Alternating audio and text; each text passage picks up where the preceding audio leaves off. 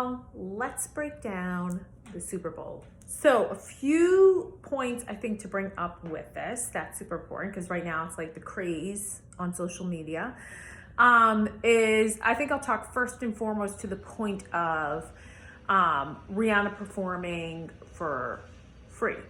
Now, I know this can seem like odd for a lot of people, but when you actually dive into the benefits of it and the investment you actually make, it makes 100%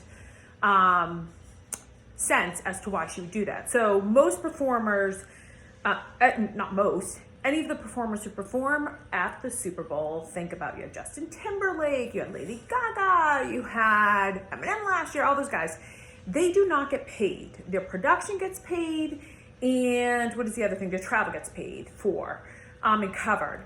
But in the case of The Weeknd, he actually spent $7 million of his own dollars out of his pocket because he went over the fee that they allotted to him in order to perform at the Super Bowl. So he essentially paid $7 million to perform. But when you think about the back end, so they don't get an upfront fee. You're not getting paid to do this, right? But when you think about the back end and all the things that come from it, it's crazy. So in his case, I believe the stat is that he sold 100 million in tickets the day after the Super Bowl. Justin Timberlake, Timberlake. I have to laugh at myself tonight. Okay. He had a 536% increase in his sales. And then I think Lady Gaga was like 1,000% increase in her digital sales the next day. So, I mean, like when you look at that, yeah, okay, great. You're going there, you're performing. But Rihanna's no fool. She's a billionaire. She knows there's going to be a back end, and it's not only going to be financial that she's going to get, but she's been on the music scene since like 2016. And so, I don't know, it's a great way to reintroduce yourself. And she did it with a bang, being pregnant. And so that kind of leads me to the next thing. And you also have Chris Stapleton, right? Who I think just did a beautiful job at the anthem. And so you have these names that start to float around, and you're definitely going to see an increase in their revenue. Maybe we'll find out the stats in a few weeks or so, or whatever it may be, but there is benefit. So it isn't performing for free, contrary to what you get from the local festivals or things like that say, oh, it's for promo. In this case, they know their stats. They can kind of track past performances and know that, yeah, this is for promo. I'm going to get a good back end on it. I'm not getting an upfront fee, but I'm going to get some back end stuff. So leads me to performance wise, right? It's always open to opinion.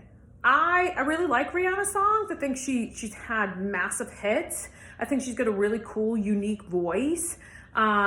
She is a performer. She's not Beyonce. She's not Justin Timberlake. She's not Bruno Mars. She doesn't like break out and dance. So I think that is something to consider on that end. But it's always going to be subject to opinion. Always. I don't care. There's people out there being like, Riri's back. I love her. Freaking amazing. Blah, blah, blah, blah, blah, blah. And people who are like, that was horrible. That was trash. I don't like that. Da, da. It's just what it is. And I think the sooner as artists, I'll always say this, can come to reality with that and just be like, okay with it, the better. I was kind of waiting for like a big bang kind of moment where she was going to like break out someone. So for me, it was like, cool. I like her voice. I like the song. It's kind of got me wanting to like listen to her songs again today. Why they do it. And so that was cool on that end. But, I don't think it's going to go down as like the greatest performance of the Super Bowl. I think Bruno Mars was pretty freaking amazing. So that's it. I think she did what she did. It's like a middle line kind of thing. She came in, it's kind of like someone maybe, like hitting the notes of something or like doing what they need to do. It's like, it was how I'll leave it there. Chris Stapleton's anthem, I think, was really emotional. I think what I really love about it, like I think anyone that I really admire their anthem, is it didn't go too crazy. I don't know if you all recall Christina Aguilera when she went too crazy. And also I think she just had misunderstood words because she totally went all over the place, and it was a hot mess. And I don't think it did her justice by any means, and it didn't do the anthem any justice. And so I personally kind of like when someone keeps it to the core of what it is, but like they add their own inflections, their own vocal kind of stuff. Like his runs were like clean, his rasp was like there, his breathy. It was just like, and you I don't know, you just felt it. Like that meme going, that guy crying. I was like, I was right there. And so, you know, and then I did see Lift High. That was another gorgeous performance. I'm blanking. I can just see this gorgeous lady in this red outfit, and that was really great. I missed Babyface's God Bless America, so I'll have to go back and check that out. But that's what I'd say on the anthem end of it. He really, I mean, he hit those notes, which is super important. Everyone waits for, in the Rocket's Red Glare, you know, that's like one of those pinnacle moments, and then you wait for like, or the Land of the Free, and like, boom, you can do that, you got 'em. And one last point that I want to mention when it comes to the Super Bowl is there's all these different aspects of it that lead to this massive event that has 100 million people watching it. And that's the ads, right? And so as an artist, it is crucial to really look at these different things, right? What did almost all those ads have? They had music, right? And those, my friends, pay good money, probably up to 6 figures if you land one of those. Definitely in the 5s. You're not looking at like, oh, I'm gonna get 150. No. So that being said, you know, it is really something to consider when you think about your artistry and utilizing the world of sync. How do I make these things happen, right? There is money to be had in that. And so, you know, it's a super interesting thing, and I think it's something to analyze and really start to take in. If you're not, it's like listening to different things. If you like certain shows, just start to pay attention to the music that's happening in it.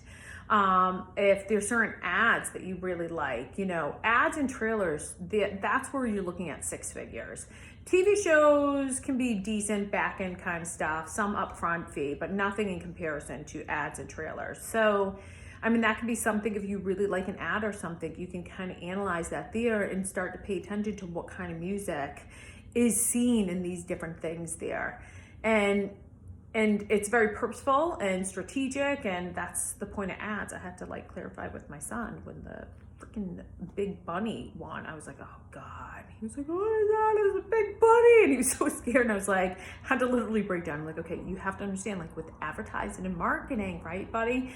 Like, that's what they want you to do. They want you to talk about these things. So they do these kinds of things in order to make you think about it, right? And I think that would be the last point that I want to mention with this all is the idea of what they do during this whole production is they want you to think. They want you to do what? Talk. What does talking tend to translate to? It tends to people checking out your social media. It tends to lead to sales of something, right? So in this case, this bunny that grabbed people, threw him down the hole, I had to like look it up because he's like, can you just look up? And I was like, okay, I have a questioner. And so I was like, let's look up and see like, what was the ad all about? And I think I just got that it was like Tuesday or something. They wanted people to see like the endless content that was available. Okay, got me, I had to look it up. It's memorable. I saw other people talking about the big, giant, freaky bunny. And so, I mean, that's what it does, right? What do these performances do? Good or bad? They get you talking. Even good or bad when it came to the Christina Aguilera one, still people were talking, right? When it came to that anthem there. So think about that too in your own realm of marketing. It's like, do I feel like you need to do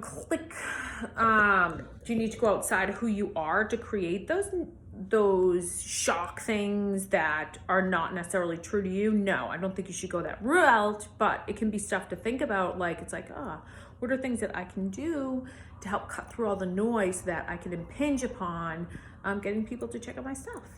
All right, so hope this helps. This is my little breakdown of